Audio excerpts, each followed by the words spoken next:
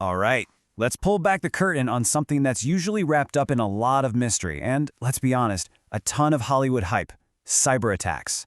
We're going to break down the entire process, step by step, from the initial scouting all the way to the getaway, so we can really understand how these digital heists actually go down.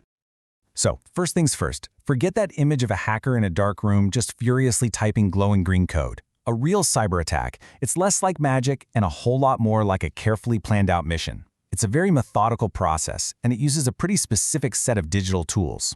So, the real question is, what's actually inside that toolkit? Let's find out. Here's our game plan. We're going to follow the entire playbook of a digital robbery. We'll start by looking at the hacker's toolkit, then see how they case the joint. After that, we'll get into the breach itself, what they do once they're inside, and of course, how they vanish. And finally, we'll tie it all together and talk about why this really matters. Okay, first up, the tools. Now, what's really fascinating here is that the software a malicious attacker uses often isn't all that different from what a legitimate cybersecurity pro would use. The real difference, the thing that separates the good guys from the bad guys, it's all about the intent behind the click. The official term for these things is logical weapons, and really it's just a way of describing any software program or tool that's designed to scout out, exploit, or attack a system. This is the digital arsenal we're talking about, and it can be anything from a simple little script to some really complex software frameworks. This slide really shows you the two sides of the same coin. On the left, you've got the good guys, right? They're called penetration testers, and they use these tools to find weaknesses so they can fix them. But on the right, you've got the attacker, using the exact same tools to exploit those very weaknesses. The core difference is the goal. One is building the defenses up, and the other is trying to tear them down. Every good heist starts with a stakeout, and it's no different in the digital world. Before an attacker even thinks about breaking in, they are casing the virtual joint. This whole first phase is about one thing: gathering as much intelligence as they possibly can, hopefully without being seen. And this phase really has two distinct steps. First up is passive reconnaissance. Think of this like watching the target from across the street with binoculars. The attacker's just collecting publicly available info. But then comes active scanning. This is more like walking right up to the building and rattling all the doorknobs to see which ones are unlocked. It's a bit louder, a little riskier. And you'd be surprised how simple these passive methods can be. Attackers can find an absolute goldmine of information just by digging through a company's website, using some clever search engine tricks, or checking out who owns a domain name. Even the hidden data inside documents, the metadata, can leak major clues about how a company's network is built. Okay, so the quiet part is over. Once they have enough background information, the attacker is ready to switch from just watching to actively probing the target's defenses. And this is where they bring out some specialized scanning tools. Something like Nmap, for example. It acts like a digital map maker, sketching out the entire network and finding all the digital doors or ports. Then, tools like Nessus come along and jiggle the handle on every single one of those doors, checking for any known vulnerabilities. It's like they're creating a super detailed blueprint of all the target's weakest points.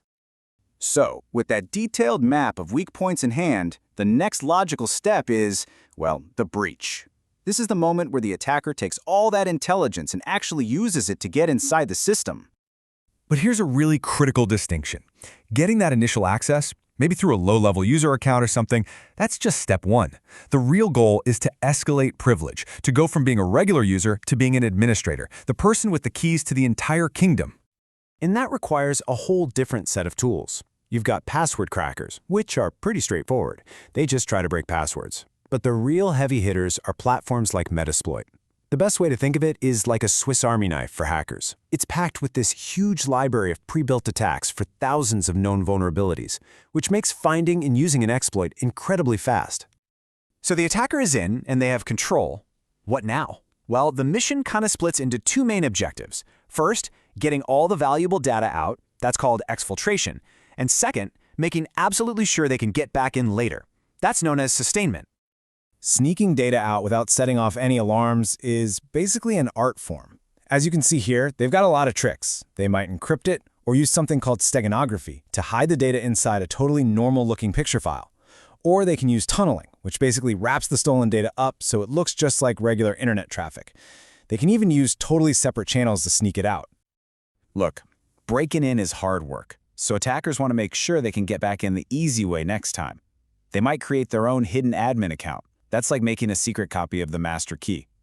Or they'll install a backdoor, which is exactly what it sounds like, a secret entrance that only they know about, letting them slip back in anytime they want. And that brings us to the final act. Sometimes the goal is just pure disruption, the assault. But whether the mission was theft or just causing damage, the last step is always the same: vanish without a trace. And that's called obfuscation. An assault can take a lot of different forms. It could be really subtle, like just changing a few system settings to cause chaos later on. Or it could be a full frontal attack, like a denial of service, which just completely knocks a website offline by flooding it with way too much traffic. And after the attack, the obfuscation begins. The dictionary definition here is just perfect: to make unclear or obscure. The entire goal is to confuse any investigators and to erase any shred of evidence that points back to the attacker.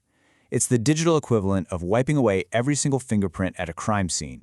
And this usually involves three main tasks. First, hiding their real location, often by bouncing their attack through a bunch of other compromised computers all over the world. Second, they have to manipulate or just delete the system logs, those are the digital records of all activity, to erase their trail. And finally, they'll modify files to hide any changes they made. So we've walked through the entire anatomy of an attack. But why is understanding this process so important for all of us, not just the IT pros? This quote from our source material really gets right to the heart of it. A lot of the really powerful tools we've been talking about, Nmap, Metasploit, they're all freely available online. They're not some secret weapon only in the hands of nation-states with huge budgets. And this, right here, is the most important and maybe the most unsettling takeaway of all. The real barrier to entry for cyber warfare isn't a massive budget, it's expertise. Because these tools are free, a single skilled person can potentially be just as disruptive as a government agency. And that changes everything. Which leaves us with this final, really critical question. If the weapons are free, if they're accessible to pretty much anyone with the skill to use them, what is our best defense? It's not just about building higher digital walls anymore. It's about understanding the threat. Awareness, knowing the playbook we just walked through, is no longer just for the experts. It's become the first line of defense for all of us.